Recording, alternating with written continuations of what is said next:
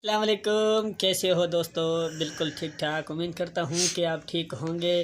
और जो है मेरा क्लासिकल सॉन्ग हाउस चैनल आप देखते हैं, बहुत मुझे खुशी होती है क्योंकि अक्सर जो शायर होते हैं वो अपनी शायरी सुनाने के लिए या अपने आशिकों का दिल बहलाने के लिए ये शायरी पेश करते हैं।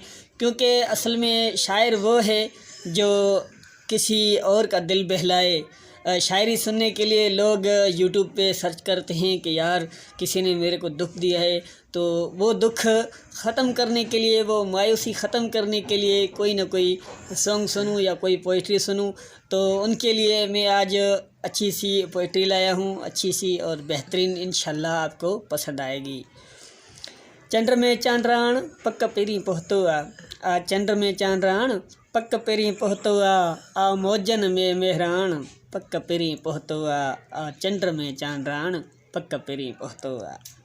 सर सब्ज टिड़ल ही गुलड़ा सारा, सर सब्ज टिड़ल ही गुलड़ा सारा सावक में सुरहान पक्का पेरी पहुतो आ मौजन में मेहरान पक्का पेरी पहुतो आ मौजन में मेहरान पक्का पेरी पहुतो आ।